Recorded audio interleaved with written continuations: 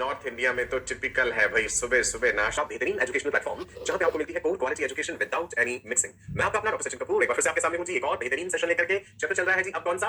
Biotechnology. Yes, एक नया unit. और जब नया यूनिट शुरू होता है सो अनडाउटेडली एक नई एक्साइटमेंट होती है। हमेशा से होता है जब भी नया चैप्टर शुरू होने वाला होता है, चाहे वो बायोलॉजी हो, फिजिक्स हो या केमिस्ट्री हो, आपको एक अलग ही एक्साइटमेंट होती है। एंड हमेशा से ये होता है कि भाई पहला लेक्चर बिल्कुल भी मिस ना हो जाए कहीं हमारा। इनफैक्ट कोई भी लेक्चर मिस नहीं करना है। जो मजा आपका इस तरह से आपको आता है पढ़ने में आमने सामने, वो मजा और किसी तरह से नहीं आ सकता। राइट, किताबें अनडाउटेडली इंसान की बहुत अच्छी मित्र होती हैं, लेकिन nothing can replace the presence of a teacher.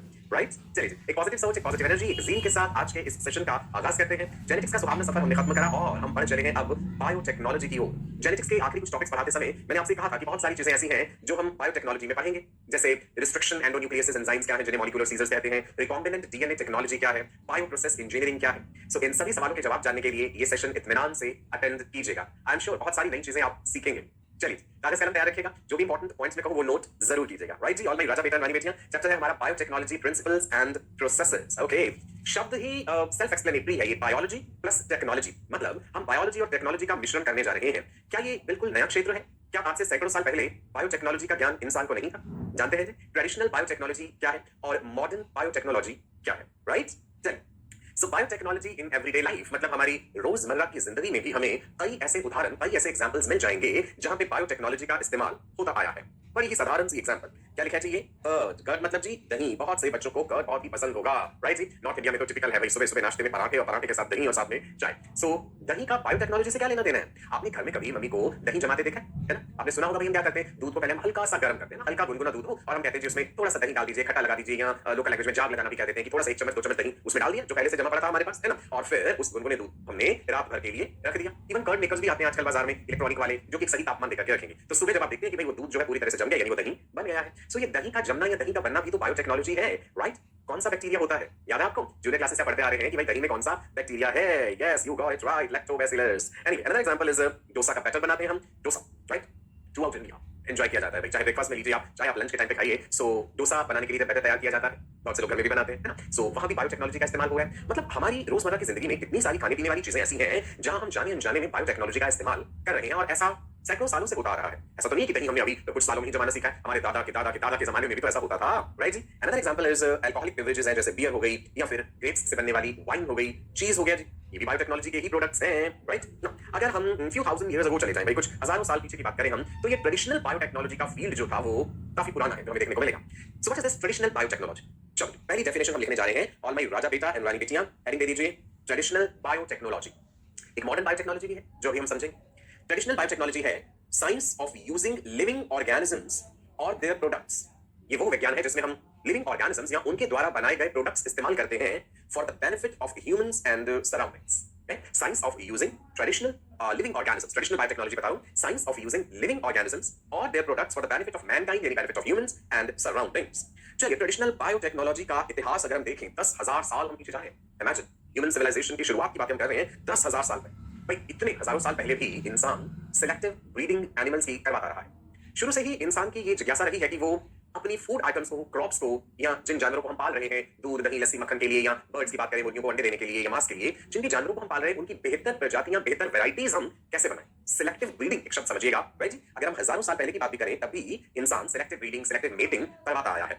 Depictions of farming, अगर हम पुराने से पुराने स्क्रिप्चर्स भी देखें, किसी भी कल्चर की बात करें आप, चाहे इजिप्शियन कल्चर की बात कर लें, सो हमें पुरानी से पुरानी जो स्क्रिप्चर्स हैं देखने को मिलते हैं, उसमें भी हमें ये पता चलता है कि आज से हजारों साल पहले भी इंसान खेती बाड़ी किया करते थे, पशुपालन किया करते थे। राइट, देख पा रहे हैं यहाँ पे किस प्रकार से डिपिक्ट करा गया है जी? ठीक है, improved quality of plants and livestock, जो भी पेड़ पौधे हैं जिनसे हमें अपना भोजन प्राप्त हो रहा है, जो फसलें हैं, या लाइफ स्टॉक कह लीजिए, लाइफ स्टॉक समझते हैं, पशुपालन जैसे हम करते हैं, चाहे गाय भैंस भेड़ बकरी, जितने भी जानवरों को हम पालते हैं अलग अलग तरह के फायदे के लिए, कमर्शियल प्रोडक्ट्स हमें मिल रहे हैं, पेड़ से हमें ऊन भी मिल रही है, दूध भी मिल रहा है, बकरियों से हमें दूध मिल रहा है ना, गाय भैंसे, ये सब जितने भी लाइफ स्टॉक है, हम हमेशा से चाहते हैं कि उनकी बेहतर क्वालिटी हो हमारे पास। और अगर हम मुर्गियों की बात करें, मुर्गी तो आप सबने देखी है ना जी, गैलस डोमेस्टिकस जो है, अगर हम देखें एंसेस्ट्री देखें तो ये जंगल फाउल से बनी है। जब मैं आपको इवोल्यूशन पढ़ाऊंगा ना, उसमें हम आर्टिफिशियल सिलेक्शन के बारे में पढ़ेंगे। एक तो नेचुरल सिलेक्शन होता है, the force of nature which operates in a population, natural selection की बात कर रहा हूं, the force of nature which operates in a population and selects those individuals which are better. So इंसान ने ये देखा कि भाई अगर नेचर, प्रकृति इतने हजारों सालों में इतनी बेहतर वैरायटीज बना सकती है नेचर, तो इंसान खुद क्यों नहीं ऐसा कर सकता आर्टिफिशियल सिलेक्शन के जरिए। सो जंगल फाउल से जो आज आप देखते हैं मुर्गियां, हैम, गैलस डोमेस्टिकस जिसे हम कहते हैं, ये किस प्रकार से बने हैं भाई आर्टिफिशियल सिलेक्शन के जरिए। इंसान ने देखा कि कुछ बेहतर कैरेक्टर्स जो है हमें नजर आ रहे हैं किसी एक पर्टिकुलर वैरायटी में, और किसी दूसरी में हमें कुछ और बेहतर कैरेक्टर नजर आ रहे हैं, तो क्यों ना उन्हें क्रॉस करके एक बेहतर वैरायटी बना ली जाए जिसमें दोनों बेहतर गुण हो, राइट। जैसे आप देखिए इधर सेलेक्टिव ब्रीडिंग में स्किनी टाइप ऑफ हैन जो है, मुर्गी जो है, इट लेज मोर एग्स, ये बहुत सारे अंडे देती है ना। ये इसका जेनेटिक मटेरियल हमने दिखाया और ये दिखा दिया कि भाई इसमें ये पर्टिकुलर जीन है, सेगमेंट ऑफ डीएनए है जो रिस्पांसिबल है इस पर्टिकुलर फीचर के लिए कि वो ज्यादा अंडे देती है, राइट। जो हेफ्टी वाली हैन है, ये हट्टी कट्टी मोटी तासी से जो आपको दिख रही है, भारी भरकम सी, ये कम अंडे देती है। लेकिन ये हट्टी कट्टी है भाई, इसमें मांस ज्यादा होगा, मुर्गियों को खाने में भी तो इस्तेमाल किया जाता है ना, नॉनवेज जो लोग खाते हैं चिकन। तो ये हेफ्टी वैरायटी है, इसमें मसल मास ज्यादा है। स्किनी वाली वैरायटी जो है अंडे ज्यादा देती है। सो अगर हम हेफ्टी वैरायटी का जीनोम देखें तो भाई इसके डीएनए में ये पर्टिकुलर फीचर है, राइट। मतलब ये डिजायरेबल जीन्स है, राइट, जो चाहिए बढ़िया वाले बेहतर गुणों वाले। सो क्यों ना हम इनको क्रॉस करके जो अगली प्रजाति बनाएंगे, हम जो ब्रीड बनाएं उसमें दोनों के गुण आ जाएंगे। मान लीजिए हमने फीमेल ये वाली ले ली है ना, स्किनी वाली जो अंडे ज्यादा देती है, और ये मेल ले लिया है ना, एफटी वाला मेल। ऑफ कोर्स दोनों तो फीमेल्स नहीं होंगे ना, हमें एक मेल एक फीमेल लेना होगा तभी उनका क्रॉस कराया जाएगा, राइट जी। ठीक है, सो देख लीजिए भाई हमने करा स्किनी वाली वैरायटी फीमेल विच लेज मोर एग्स, हेफ्टी वाली वैरायटी, राइट, जिसका हमने मेल चूज करा और हमने भाई क्रॉस कराया, तो हमें एक हेफ्टी वैरायटी ऐसी मिली विच लेज मोर एग्स। यही हमारा मकसद था। देखने में भी तंदुरुस्त, हट्टी कट्टी ताजी है वो, और अंडे भी ज्यादा दे दी। सो मतलब उसके जीनोम में दोनों गुण आ गए, दोनों डिजायरेबल कैरेक्टर्स आ गए। तो ये प्रक्रिया तो ह्यूमंस को सदियों पहले भी पता थी, ये भी तो एक तरह से बायोटेक्नोलॉजी की है ना, राइट। Very good. चलो नाउ अब एक बात देखिए भाई, यहाँ पे एफटी वैरायटी जो है which is laying more eggs, जो हमने बनाई है सिलेक्टिव ब्रीडिंग करा के, जिसके जीनोम में ये दोनों डिजायरेबल कैरेक्टर्स आ गए। अब जब इसका अगला जनरेशन आएगा, है ना, इस हेफ्टी वैरायटी में मेल्स भी हैं, फीमेल भी है हमारे पास, फिर वो आपस में पॉपुलेट कर रहे हैं। जो अगली जनरेशन आ रही है वो हेफ्टी वैरायटी की ही आ रही है which is laying more eggs, और उसके जीनोम में देखिए हमें फीचर्स मिल रहे हैं और नए फीचर्स भी आ जाएंगे जैसे जैसे समय बीतता है। तो आप जानते हैं डीएनए में लोकल लेवल पे भी तो म्यूटेशंस होते हैं, है ना। सो जब नई नई अगली जनरेशन आती जाएगी, नेक्स्ट जनरेशन, सो उसमें बेहतर कैरेक्टर्स तो होंगे ही, बट हाँ यहाँ एक बात जरूर ध्यान रखिएगा, कुछ अनडिजायरेबल कैरेक्टर्स भी आ जाएंगे, राइट। ट्रेडिशनल बायोटेक्नोलॉजी में कुछ अनडिजायरेबल कैरेक्टर्स भी आ जाते हैं। मॉडर्न बायोटेक्नोलॉजी में इसी चीज का समाधान हमने कर लिया कि केवल डिजायरेबल कैरेक्टर्स ही हम अगली जनरेशन में लेके जाएं, अनडिजायरेबल कैरेक्टर्स को एलिमिनेट कर देंगे। वो अभी हम देखेंगे आगे कि वो कैसे संभव हो पाता है। ठीक है बच्चा, राइट। अब आप देख पा रहे हैं, एक बार देखिए जेनेटिक्स के लेवल पे ये था जी हमारा original genome. Over many generations desirable genes accumulate. Genetics के लेवल पे अगर हम देखें कितनी सारी जनरेशंस के बाद डिजायरेबल जीन्स एक्यूमुलेट होना शुरू हो जाएंगे जीनोम में, लेकिन नो डाउट साथ के साथ कुछ अनडिजायरेबल जीन्स भी आ जाएंगे। तो यानी सिलेक्टिव ब्रीडिंग टेक्निक्स जो है, सिलेक्टिव ब्रीडिंग मॉडिफाइज दी जीनोम, एक तरह से जीनोम को मॉडिफाई तो कर रहे हैं, है ना, सिलेक्टिव ब्रीडिंग टेक्निक से। तो ये बातें मैंने आपको बताई कि भाई ये लगभग 10,000 साल पहले की बातें हैं। चलिए थोड़ा समय को आगे बढ़ाते हैं, 9,000 साल पीछे चले जाते हैं हम। 1000 साल का गैप दे दिया हमने, तब क्या था जी? ब्रेड दे दिया हमने, तब क्या था जी? ब्रेड। इंसान को अपना पेट पालने के लिए अनाज की जरूरत तो स्वाभाविक सी है रहेगी। ओरिजिनली हम मीट ईटर्स रहे हैं, मांसाहारी रहे। हमारे कैनाइन्स जो है इस बात की evidence right, that we are originally meat eaters. Meat is more compact, meat has more nutrition, meat is available throughout the year. इंसान ने बहुत बाद में सीखा होगा किस प्रकार से फसलों को उगाया जाए, है ना, खेती बाड़ी कैसे करनी है, जो अनाज पैदा होगा उसका इस्तेमाल कैसे करना है, आटा कैसे पीसना है, आटे से रोटी कैसे बनानी है, ब्रेड कैसे बनानी है ना। सो ब्रेड जो बनाई गई हजारों साल पहले की बात करें, 9,000 साल पहले, राइट। ये भी अगर हम एंशिएंट स्क्रिप्चर्स देखें, जैसा देख पा रहे हैं ancient depictions of making bread, right. खुदाई जब होती है अलग अलग जगहों पे दुनिया भर में, तो हमें पुरानी जितनी भी सभ्यताएं रही हैं, सिविलाइजेशंस रही हैं, उनके बारे में पता चलता है। पुराने इजिप्शियन स्क्रिप्चर्स हम देखें तो हमें वहां पे पता चलता है कि भाई हजारों साल पहले भी इंसान को ब्रेड बनाने की प्रक्रिया पता थी, राइट। चलिए जी समय को और आगे बढ़ाते हैं, 4,500 साल पहले पहुंच जाते हैं। देखो ट्रेडिशनल बायोटेक्नोलॉजी की ये सभी एग्जांपल्स हैं। वाइन, राइट, पूरी दुनिया भर में वाइन पी जाती है, राइट। अलग अलग तरह से बनाई जाती है वाइन, अलग अलग बेरीज इस्तेमाल की जाती है इसे बनाने के लिए, अंगूर से भी बनाई जाती है, right. You can see here wine brewing, Egyptians brewing wine. ये भी हमें पुराने स्क्रिप्चर्स में, तस्वीरों में या पहाड़ों के ऊपर रॉक्स पे जहां कहीं खुदाई कर रखी होती है, वहां से ये सब हमें एविडेंसेस मिलते हैं। चलिए समय की सुइयां आगे बढ़ाते हैं और 18वीं शताब्दी की बात करते हैं, यानी 18th century. Vaccine, yes very interesting. आजकल तो वैक्सीन शब्द बच्चे बच्चे को पता है भाई। 18वीं शताब्दी में वैक्सीन की खोज करी एक महान वैज्ञानिक ने, जिनका नाम आप जानते हैं, एडवर्ड जेनर। एक बहुत ही भयानक बीमारी थी जो समय फैली हुई थी, दैट इज स्मॉल पॉक्स। अब तो स्मॉल पॉक्स पूरी दुनिया से एडिकेट हो गया, स्मॉल पॉक्स नहीं होता, चिकन पॉक्स होता है। आपने सुना होगा चिकन पॉक्स बचपन में अक्सर सभी बच्चों को होता ही है, इनफैक्ट जिंदगी में एक बार जरूर होता है चिकन पॉक्स। अब जब हो जाए तो उसके बाद फिर इम्यूनिटी डेवलप हो जाती है, बहुत रेयर चांसेस है कि दोबारा भी हो, लेकिन ऐसा जरूरी नहीं, दोबारा हो भी सकता है चिकन पॉक्स। लेकिन जो स्मॉल पॉक्स है वो अब नहीं होता। ठीक है जी। एक जमाना था जब स्मॉल पॉक्स बहुत ज्यादा फैला हुआ था। एडवर्ड जेनर ने एक चीज ऑब्जर्व करी कि जिन लोगों को काउ पॉक्स होता है, दो अलग बीमारी बताऊं मैं, काउ पॉक्स एंड एक और बीमारी का जिक्र कर रहा हूं, स्मॉल पॉक्स। एडवर्ड जेनर ने एक चीज ऑब्जर्व करी कि जिन लोगों को काउ पॉक्स हो जाता है उन्हें स्मॉल पॉक्स नहीं होता। काउ पॉक्स क्या है? जो लोग गाय भैंसों का दूध निकालते हैं, मिल्क मेडिसिन कह देते हैं, तो जो लोग गाय भैंसों से डील करते हैं, उनका दूध निकालते हैं, उन्हें अक्सर ये बीमारी हो जाती है cow pox. Cow pox is a mild form of small pox, जिसमें मृत्यु नहीं होती, इंसान की बुखार हुआ, नजला जुकाम हुआ, छोटे छोटे दाने हुए पूरे शरीर में, और थोड़ी देर बाद इंसान ठीक हो जाता है। एडवर्ड जेनर ने ऑब्जर्व किया कि भाई जिन्हें एक बार काउ पॉक्स हो गया है उन्हें स्मॉल पॉक्स नहीं होता। सो इससे जेनर को एक आइडिया लगा that initial exposure to a mild form of disease protects your body against a strong form of disease. कि यदि आपको किसी बीमारी का कोई हल्का स्वरूप हो जाता है तो आपके शरीर में एक नेचुरल ताकत आ जाती है कि अब आपको स्ट्रॉन्ग फॉर्म ऑफ डिजीज नहीं होगी। तो जेनर ने अपने इस आइडिया को इंप्लीमेंट करना चाहा। उनके घर में एक माली थे, उनके एक 7-8 साल का छोटा बच्चा जेम्स फिट्स। तो जेनर ने सोचा कि भाई मैं इस छोटे बच्चे पे एक्सपेरिमेंट करके देखूंगा। हालांकि इंसानों के ऊपर इस तरह के खतरनाक एक्सपेरिमेंट करना सही बात नहीं है बिल्कुल भी। सो लेकिन जेनर ने उस बच्चे के पिता से बातचीत करी, उसे सब कुछ समझाया, तो वो राजी हो गया। तो उन्होंने क्या करा, एक औरत के शरीर से, जैसे काउपॉक्स हो रखा था, काउपॉक्स का पैथोजन लिया और वो काउपॉक्स का पैथोजन उस छोटे बच्चे के शरीर में इंजेक्ट कर दिया, जैसा आप देख रहे हैं यहाँ, राइट। सारा नेल्म्स नाम की वो औरत थी जिनके शरीर से काउपॉक्स का पैथोजन लेके उस छोटे बच्चे के शरीर में डाला। थोड़े दिनों बाद छोटे बच्चे को काउपॉक्स हो गया, फिर वो ठीक हो गया उससे बिल्कुल ना। अब ये था कि भाई स्मॉल पॉक्स का पैथोजन उस छोटे बच्चे के शरीर में डालना था, ये बहुत रिस्की हो सकता था कि अगर उस बच्चे को स्मॉल पॉक्स हो जाता तो उसकी मृत्यु भी हो सकती थी, बिकॉज़ उन दिनों में इलाज नहीं था स्मॉल पॉक्स का कोई भी।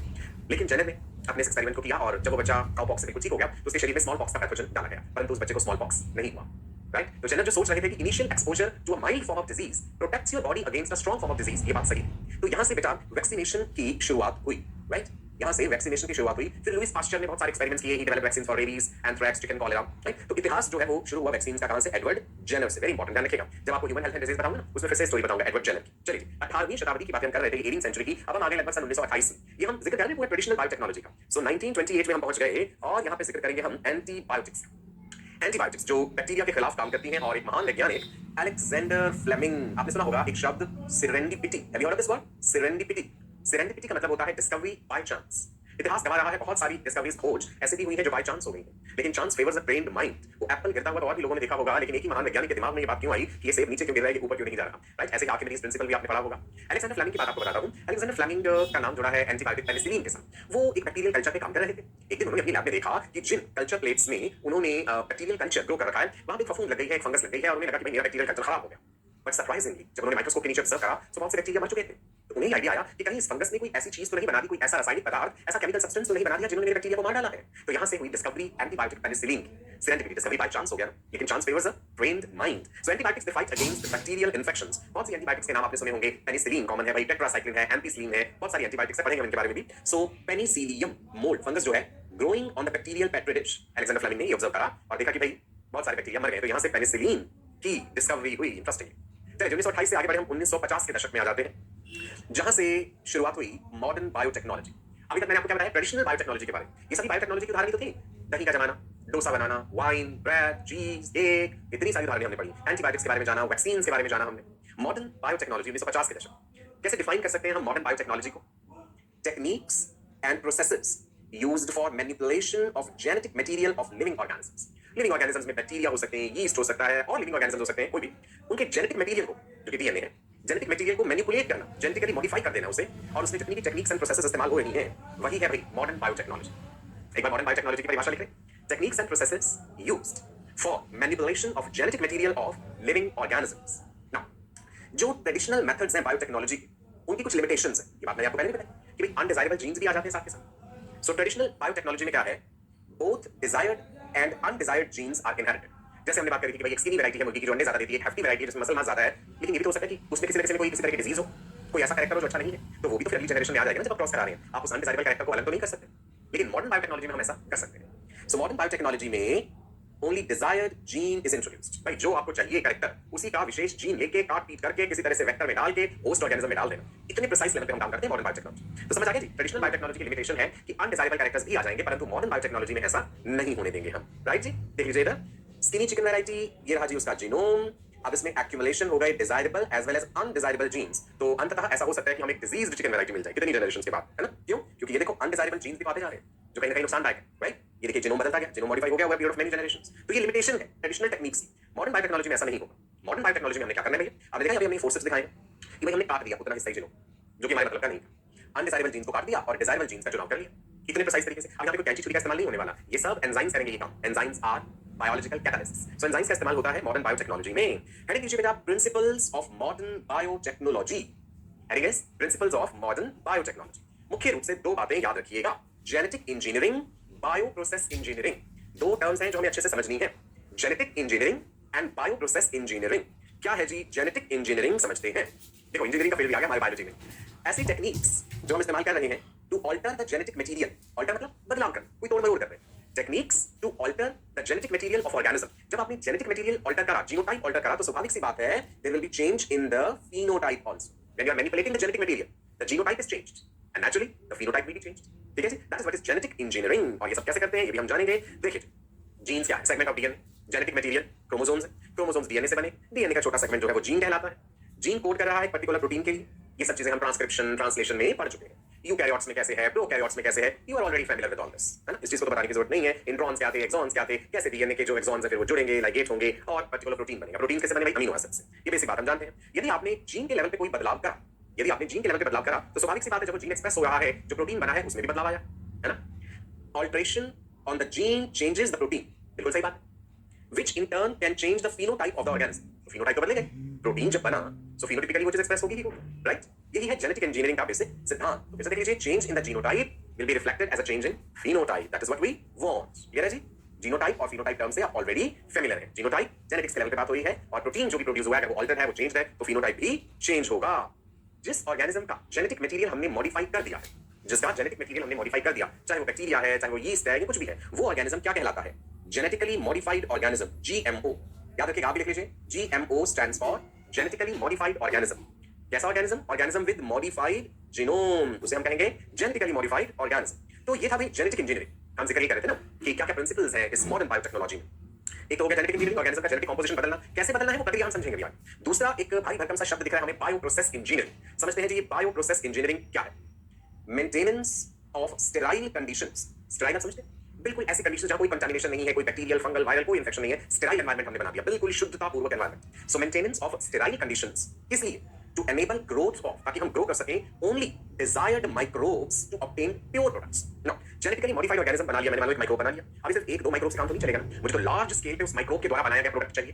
तो जब मुझे लार्ज स्केल पे उस माइक्रोब के द्वारा बनाया गया प्रोडक्ट चाहिए, तो मुझे उस जेनेटिकली मॉडिफाइड माइक्रोब को कल्चर करना पड़ेगा, ग्रो करना पड़ेगा लार्ज स्केल पे, और जहां पे वो ग्रो हो वहां पे मुझे एंश्योर करना पड़ेगा किसी किस्म का कोई कंटामिनेशन, इन्फेक्शन ना हो जाए, वरना सब गड़बड़ हो जाएगी। तो मुझे ऐसे हालात, ऐसी कंडीशंस, लेबोरेटरी में ऐसा माहौल बनाना पड़ेगा जो कि कंप्लीटली स्टेराइल हो। समझे ना बात? बायोटेक्नोलॉजी लैब्स अगर आपने देखी हो, वहां एंटर करने से पहले शूज उतारने पड़ते हैं, आपको प्रॉपर कपड़े पहनने पड़ते हैं, मास्क लगाना होगा, ग्लव्स पहनने होंगे, किसी किस्म का आपके द्वारा कोई भी कीटाणु, कोई वायरस, बैक्टीरिया, पैथोजन लैब तक ना पहुंच जाए, ये बड़ा जरूरी होता है। ठीक है जी? So that is what is bio process engineering. एक बार फिर से समझते हैं इस शब्द को, maintenance of sterile conditions to enable growth of only desirable microbes for what? To obtain the pure products. Clear है जी? सो ये है हमारा जीएमओ, जेनेटिकली मॉडिफाइड ऑर्गेनिज्म, जो कि एक तरह का प्रोटीन बना रहा है। हो सकता है भाई ये कैसा बैक्टीरिया हो जो इंसुलिन बना रहा है हमारे लिए, लार्ज स्केल पे हमें इंसुलिन हार्मोन दे रहा है, राइट? और उसकी मेडिसिनल एप्लीकेशंस हो। बायोटेक्नोलॉजी के बहुत सारे फायदे हैं, जानेंगे हम सारे फायदे। ठीक है, एक तो इंसुलिन का एग्जांपल मैंने आपको दे दिया। सो दो बातें आप समझ गए, बायो प्रोसेस इंजीनियरिंग, एंड दूसरी क्या बताई मैंने आपको जी? Genetic engineering, right? Genetically modified organism जो है, जेनेटिकली मॉडिफाइड ऑर्गेनिज्म यानी जीएमओ, मल्टीप्लाई होगा, संख्या में वो बढ़ेगा, उसका मल्टीप्लिकेशन हुआ और फिर वो बना रहा है जी एक पर्टिकुलर तरह का प्रोडक्ट। उस प्रोडक्ट का कोई ना कोई फायदा है हमारे लिए। एग्जांपल हम इंसुलिन ले सकते हैं यहाँ पे। ओके, ये बातें समझ आई? इंटरेस्ट आ रहा है बायोटेक्नोलॉजी के बारे में जानने में? आपके मन में भी सवाल उठ रहे होंगे कि क्यों ना हम इससे कैंसर का इलाज कर लें, एड्स जैसी बीमारी का हम इलाज कर सकते हैं, हम कितनी तरह की वैक्सीन बना सकते हैं, आजकल आप कोविशील्ड, कोवैक्सिन के बारे में सुनते हैं, है ना? सो ये सब बायोटेक्नोलॉजी का ही तो नतीजा है। बहुत स्कोप है बायोटेक्नोलॉजी का। सुनिए, according to European Federation of Biotechnology, full form याद रखेंगे EFB, European Federation of Biotechnology के अनुसार बायोटेक्नोलॉजी क्या है, परिभाषा क्या है इसकी? The integration of natural science and organisms, cells, parts thereof and molecular analogues for products and services। ये परिभाषा दी गई है यूरोपियन फेडरेशन ऑफ बायोटेक्नोलॉजी के द्वारा। लिखेंगे एक बार फिर से कि बायोटेक्नोलॉजी क्या है? इंटीग्रेशन, सामंजस्य बना दिया गया, मिला दिया गया, इंटीग्रेट करा दिया गया इसमें। Integration of natural sciences, organisms, cells, उनके products, molecular analogs for particular type of products and services. That is what is biotechnology, right? ठीक है जी? एक बात जो हमने जानी थी मॉडर्न बायोटेक्नोलॉजी के बारे में कि जेनेटिकली मॉडिफाइड ऑर्गेनिजम्स जो है उनके जरिए हम खास तरह के प्रोटीन्स बना रहे हैं और वो प्रोटीन्स की कहीं ना कहीं मेडिसिनल एप्लीकेशन है। इंसुलिन का जिक्र कर रहा था तो आपके सामने अब मैं बताने जा रहा हूं जी इसी के बारे में। डायबिटीज आप जानते हैं, डायबिटीज में आपने क्लास 11th में डायबिटीज मेलिटस, डायबिटीज इंसिपिडस के बारे में पढ़ा है। यहाँ पे हम डायबिटीज मेलिटस का जिक्र कर रहे हैं। डायबिटीज वर्ड का मतलब होता है मेटाबॉलिक डिसऑर्डर। जब भी आप डायबिटीज शब्द सुनते हैं तो आपको एक वर्ड दिमाग में आ जाता है शुगर, कि भाई हमने कह दिया इस इंसान को डायबिटीज है, मतलब इससे शुगर है, मतलब इसका ब्लड शुगर लेवल एलिवेटेड रहता है, बढ़ा हुआ रहता है। बढ़ा हुआ ब्लड शुगर लेवल फायदे वाली बात नहीं है, उससे ब्लड की ऑस्मोटिक कंसंट्रेशन खराब होगी, और मोरओवर जब इंसुलिन हार्मोन नहीं होगा या कम होगा तो शरीर के सेल्स ग्लूकोज को इस्तेमाल ही नहीं कर सकते। ऐसा नहीं है कि ज्यादा ग्लूकोज होना की फायदे वाली बात है कि ज्यादा एनर्जी मिलेगी, नहीं। सेल्स के अंदर इंसुलिन की एंट्री तभी होगी अगर इंसुलिन प्रेजेंट है। सेल्स के अंदर ग्लूकोज की एंट्री तभी होगी अगर इंसुलिन प्रेजेंट है। अगर इंसुलिन नहीं है तो cells are crying for glucose, they can not utilise glucose. तो जब डायबिटीज का हम जिक्र करते हैं तो इंसुलिन एक बहुत इंपॉर्टेंट हार्मोन है जो कि पैंक्रियास के बीटा सेल्स के द्वारा रिलीज किया जाता है और वो सेल्स की मदद करता है ग्लूकोज को पिक करने के लिए, इस्तेमाल करने के लिए। ठीक है, जिन लोगों को डायबिटीज होता है, डायबिटीज के भी प्रकार है, टाइप 1 डायबिटीज, टाइप 2 डायबिटीज, तो उनमें या तो इंसुलिन का लेवल कम है या इंसुलिन के रिसेप्टर्स सेल्स के पास बहुत कम है या फिर रिसेप्टर्स इंसुलिन को रिस्पॉन्ड नहीं कर रहे हैं। तो जिन केसेस में इंसुलिन कम बन रहा है पैंक्रियास से, वहां पे हमें फिर आर्टिफिशियली उस पेशेंट को बाहर से इंसुलिन इंजेक्शन देना पड़ता है। भाई इतने लार्ज स्केल में हम इंसुलिन कहां से लाएंगे? पहले क्या होता था, ट्रेडिशनली हम इंसुलिन लेते थे, it was extracted from slaughtered sheeps. Sheep जो है उनको स्लॉटर करके उन्हें मार डालते थे और उनका पैंक्रियास निकाल के, बीटा सेल्स निकाल के वहां से इंसुलिन लिया जाता था। लेकिन प्रोडक्शन इतनी ज्यादा नहीं है जितनी डिमांड है, जितनी ज्यादा इंसुलिन चाहिए, तो ये तकनीक काम नहीं करे, कुछ और बेहतर तरीका होना चाहिए। तो ये जो ट्रेडिशनल तरीका था हमारा कि insulin was extracted from slaughtered sheeps and pigs से, the quantity obtained from each animal is low in these cases. तो भाई कोई दूसरा तरीका लगाना पड़ेगा। तो फिर वैज्ञानिकों ने, जो बायोटेक्नोलॉजिस्ट थे, उन्होंने देखा कि भाई अगर हम इंसुलिन बनाने वाला जीन बैक्टीरिया के जेनेटिक मटेरियल के साथ मिला दें, एक रिकॉम्बिनेंट डीएनए बना दें, तो ये बैक्टीरिया भी तो इंसुलिन बना सकता है ना, राइट? जेनेटिकली मॉडिफाई कर दो बैक्टीरिया को। कोई भी काम करने के लिए डीएनए के पास जीन भी तो होने चाहिए। तो ह्यूमन सेल्स में से वो इंसुलिन बनाने वाला जीन निकालो, बैक्टीरिया के डीएनए के साथ मिलाओ और बैक्टीरिया से कहो कि भैया तुम बनाओगे ढेर सारा इंसुलिन, राइट? यही बेसिक सिद्धांत है इसका। सो हमने इंसुलिन का निर्माण करवा लिया बैक्टीरिया से, ठीक है जी। इंसुलिन इंजेक्शन आपने देखे होंगे। आजकल तो कहते हैं ना डायबिटीज एक लाइफस्टाइल डिजीज बन गई है। हर घर में हमें कोई ना कोई पेशेंट मिल जाता है डायबिटीज का, तो सबक्यूटेनियस इंजेक्शन इंसुलिन का पेशेंट को खुद ही लेना होता है स्किन के नीचे, राइट? बड़ी पतली सी नीडल होती है जिसके जरिए इंसुलिन पहुंचाया जाता है शरीर। चल, अब एक टर्म मैंने बोली थी रिकॉम्बिनेंट डीएनए, तो हम समझते हैं ये रिकॉम्बिनेंट डीएनए टेक्नोलॉजी क्या है। नाम से अंदाजा लग रहा है रिकॉम्बिनेंट डीएनए, एक नए प्रकार का डीएनए बना दिया जाए। So technology used for recombinant DNA technology क्या है? Technology used for introducing DNA sequence from one organism to another organism. मान लो ये ऑर्गेनिज्म के पास जीन है इंसुलिन का, तो यहां से निकाल के इस वाले ऑर्गेनिज्म में डाल देना और इसका डीएनए मॉडिफाई हो गया, यानी रिकॉम्बिनेंट डीएनए बन गया। यही है वो टेक्नोलॉजी, ठीक है जी ना। इस रिकॉम्बिनेंट डीएनए टेक्नोलॉजी की शुरुआत करी इन दो वैज्ञानिकों ने। जहां जहां साइंटिस्ट का नाम आएगा वो आपको याद जरूर रखना है जी, Stanley N Cohen and Herbert Boyer. So हम कोहेन एंड बॉयर ऐसे भी याद रख सकते हैं। रिकॉम्बिनेंट डीएनए टेक्नोलॉजी के लिए जिन दो वैज्ञानिकों का नाम हमें याद रखना है, कोहेन एंड बॉयर। ना अब दो बैक्टीरिया के नाम सुन लीजिए। ई कोलाई हमारा जाना पहचाना इस्चेरिचिया कोलाई, जो हम कई बार जिक्र कर चुके हैं। साल्मोनेला टाइफिम्यूरियम, साल्मोनेला टाइफाइड भी आपने पढ़ा है जो टाइफाइड करता है एंटेरिक फीवर। सो यहाँ पे Escherichia coli and Salmonella typhimurium, ये दो याद रखिएगा बैक्टीरिया के नाम। Cohen and Boyer they showed that it is possible, उन्होंने ये बताया कि ये संभव है कि हम कंबाइन कर सकते हैं जीनोम या genetic material of two different organisms. Otherwise ये सोच पाना नहीं मुश्किल है कि भाई हम एक बैक्टीरिया और दूसरे बैक्टीरिया का जेनेटिक मटेरियल कैसे कंबाइन कर दें, कुछ रिकॉम्बिनेंट चीज कैसे तैयार कर लें अपने आप। तो कोहेन एंड बॉयर ने ये टेक्निक हमें बताई। सुनिए, साल्मोनेला टाइफिम्यूरियम जो है इसका न्यूक्लियोइड डीएनए है। आपने क्लास 11th में प्लाज्मिड्स के बारे में भी पढ़ा होगा, एक्स्ट्रा क्रोमोसोमल डीएनए जो है। सभी बैक्टीरिया में प्लाज्मिड हो ये जरूरी नहीं होता। सो प्लाज्मिड जो है वो खास तरह की विशेषताएं दे देता है बैक्टीरिया को, तो एंटीबायोटिक रेजिस्टेंट भी बना सकता है, ऐसे प्लाज्मिड भी होते हैं। सो साल्मोनेला टाइफिम्यूरियम में प्लाज्मिड है एंड न्यूक्लियोइड डीएनए। सो क्या क्या गया भाई इसमें? साल्मोनेला टाइफिम्यूरियम का प्लाज्मिड जो है उसे अलग किया गया, उसमें एंटीबायोटिक रेजिस्टेंस वाला जीन है। अब दिखा रही है इतना हिस्सा, राइट? एंटीबायोटिक्स के लिए रेजिस्टेंस देता है वो। चलिए जी आगे देखते हैं। अब उस प्लाज्मिड में से हमने खास तकनीक के द्वारा वो उतना हिस्सा काट लिया। Plasmid with antibiotic resistance gene जो है, ये देखिए कैंची दिखाई नहीं है। अब हमें कैंची से तो नहीं काटेंगे, ऑब्वियस सी बात है, हमें खास तरह के एंजाइम्स चाहिए होंगे जिन्हें हम मॉलिक्यूलर सीजर्स कहते हैं। मैंने इसका जिक्र डीएनए फिंगरप्रिंटिंग और इसके अलावा जब आपको ह्यूमन जीनोम प्रोजेक्ट बताया था, वहां भी हमने पढ़ा था रिस्ट्रिक्शन एंजाइम्स के बारे में। रिस्ट्रिक्शन एंजाइम्स, रिस्ट्रिक्शन एंडोन्यूक्लिएसेस, जो डीएनए को खास जगहों से काटने की काबिलियत रखते हैं। बहुत सारे रिस्ट्रिक्शन एंजाइम्स के बारे में हम पढ़ेंगे, इन्हें मॉलिक्यूलर सीजर्स कहते हैं, ठीक है? ध्यान रखना ये चीज इंपॉर्टेंट है, तो यहाँ पे इंपॉर्टेंट। तो plasmid with antibiotic resistance gene है, रेस्ट्रिक्शन एंजाइम्स डाले और सिलेक्टेड हिस्सा हमने काट लिया। ये रहा जी एंटीबायोटिक रेजिस्टेंस वाला gene, segment of DNA. Now उसके बाद क्या करा हमने? ये जो एंटीबायोटिक रेजिस्टेंस जीन है ना, it was inserted into a carrier और द वेक्टर प्लाज्मिड। अब आप कहीं किसी होस्ट सेल में अगर ये डालने हैं तो ये डीएनए का कटा हुआ इतना सा टुकड़ा ऐसे नहीं डाल सकते हम। ये कहेगा कि मुझे कोई व्हीकल चाहिए, एक से दूसरी जगह जाने तो सब लोग कार में बैठ के जाना है, गाड़ी में बैठ के जाना है, तो वो क्या है जी? Vector plasmid. वेक्टर के साथ जोड़ के इसे आगे पहुंचाया जा सकता है। और वेक्टर को भी हमें खास तरह के एंजाइम से उतना हिस्सा काटना पड़ेगा रिस्ट्रिक्शन एंजाइम के द्वारा। जब हमने उतना हिस्सा काट लिया, अब हम जो एंटीबायोटिक रेजिस्टेंस जीन था उसके साथ जोड़े। जोड़ने का काम करता है जी डीएनए लाइगेज, लाइगेशन जोड़ना। सो यू कैन सी हरे रंग से वेक्टर प्लाज्मिड दिखाया हमने, उसके साथ हमने डीएनए लाइगेज एंजाइम की मदद से एंटीबायोटिक रेजिस्टेंस जीन जोड़ लिया। देखो कितने माइक्रोस्कोपिक लेवल पे ये सब काम हुआ है, कितनी बेहतरीन टेक्नोलॉजी है ये। तो दोनों को जोड़ देने से हमारे पास क्या मिल गया?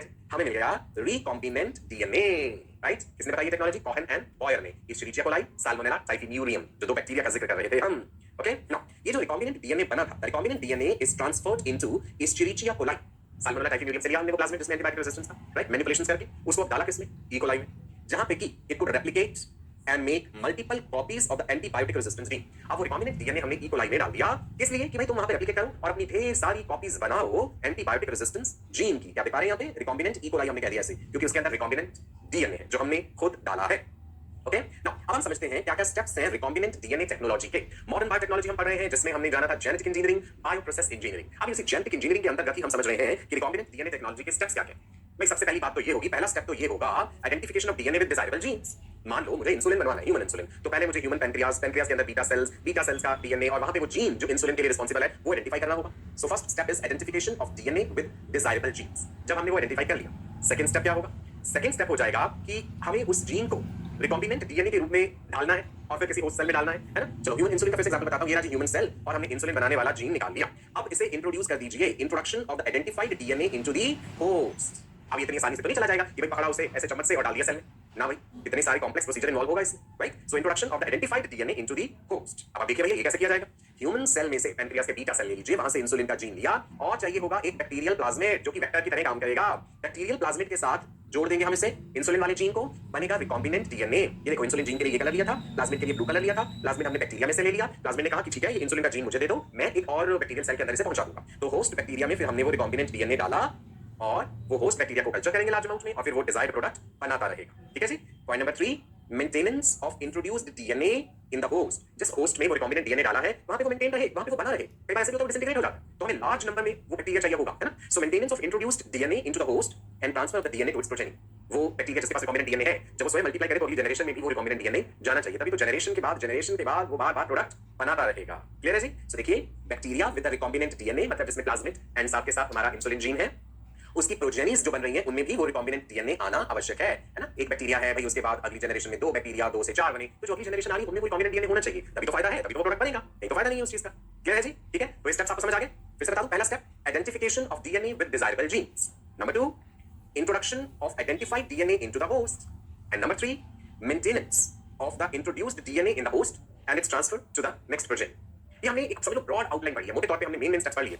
आने वाली क्लासेस में हमें जानेंगे कि डीएनए निकाला कैसे जाएगा, आप किसी चीज से डीएनए कैसे आइसोलेट कर सकते हैं, क्या आप अपने घर पे ही प्रोसीजर कर सकते हैं। क्या मैं आपसे कहूं कि स्ट्रॉबेरी फ्रूट ले लीजिए, उसका डीएनए निकाल के दिखाइए, क्या आप ये कर पाएंगे?